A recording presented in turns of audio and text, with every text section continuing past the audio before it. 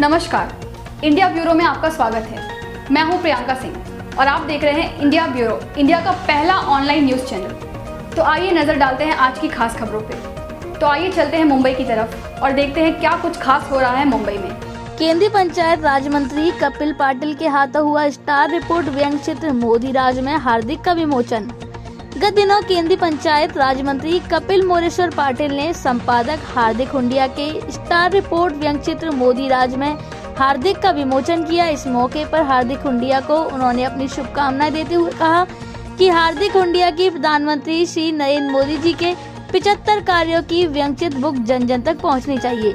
भारत देश के 75वें अमृत महोत्सव में प्रधानमंत्री नरेंद्र भाई मोदी के 75 निर्णायक कार्यों को प्रधान संपादक हार्दिक हुंडिया के नेतृत्व में स्टार रिपोर्ट मैगजीन द्वारा कार्टून बुक के रूप में प्रस्तुत कर रहे हैं।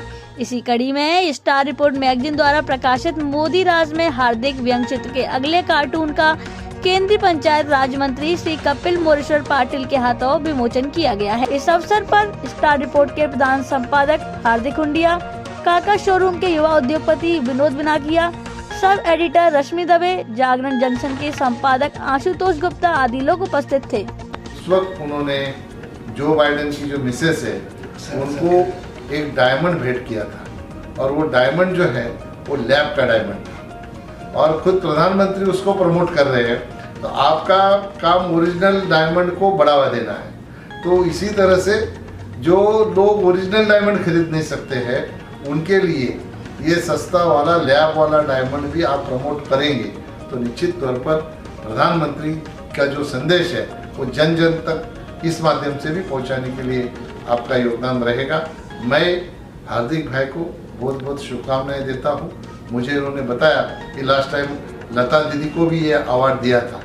तो लता दीदी को अवार्ड देना यानी मतलब अवार्ड का लता दीदी का सम्मान नहीं, उस अवार्ड का सम्मान हो गया।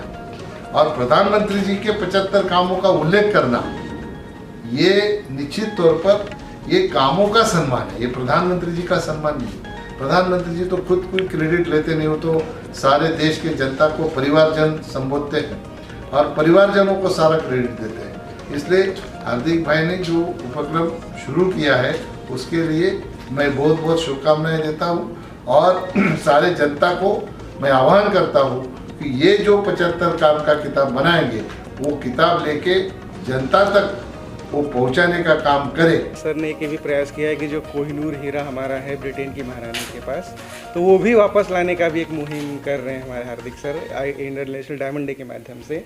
तो उससे भी कुछ, जैसे कि प्रधानमंत्री ने गोवा में एक रखा हुआ था एक दूसरे देश की अमानत, तो उन्होंने वापस कर दिया कि हमारा जो हीरा आपके पास वो भी हमें वापस मिलना चाहिए। जब हम दूसरों के देश की अमानत दे सकते हैं तो हमारे भी देश की अमानत हमारे देश में वापस आए। निश्चित तौर पर हमारी जो संस्कृति है, हमारी जो सभ्यता है, हमारी जो ऐतिहासिक धरोहर है वो हमारी पूर्वजों की संपत्ति, देश की संपत्ति है और ये देश के संपत्ति को देश में लाना और उसके लिए प्रयास करना ये निश्चित तौर पर एक गौरवशाली बात है। वो प्रयास करें, उनके साथ सारी जनता खड़ी रहेगी।